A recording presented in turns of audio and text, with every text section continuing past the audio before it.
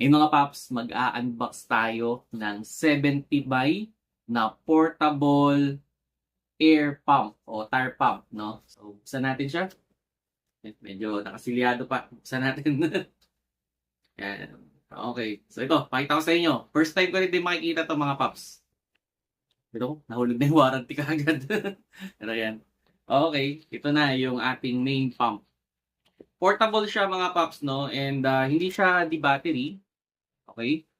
So, kailangan natin siyang isaksak sa 12-volt socket, which is good din naman sa mga ganitong klase ng item dahil hindi mo na kailangan isipin pa yung battery na baka hindi mo na i-charge. Okay? So, depende na sa inyo kung anong preferred niyo. Pero ako mas preferred ko yung ganito na pwedeng isaksak sa 12-volt socket. Yan. So, ito yung pinaka-item. Ayun ako sa inyo mga paps. Okay? So, yun. Meron siyang bukasan dito.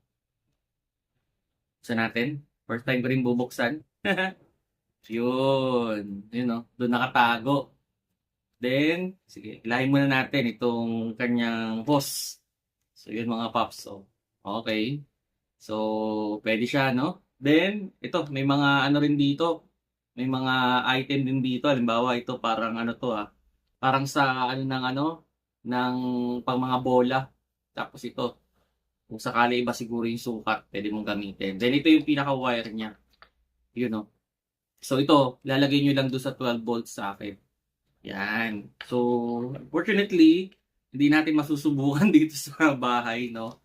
Kailangan natin siya dalhin sa kotse. Siguro sa next video, pakita ko sa inyo kung paano talaga siya nag-work. Pero ito yung unboxing natin, itong 70 may na portable air pump o tire pump. Sana ma-impress tayo. Next video, tingnan niyo kung ano yung review natin dito.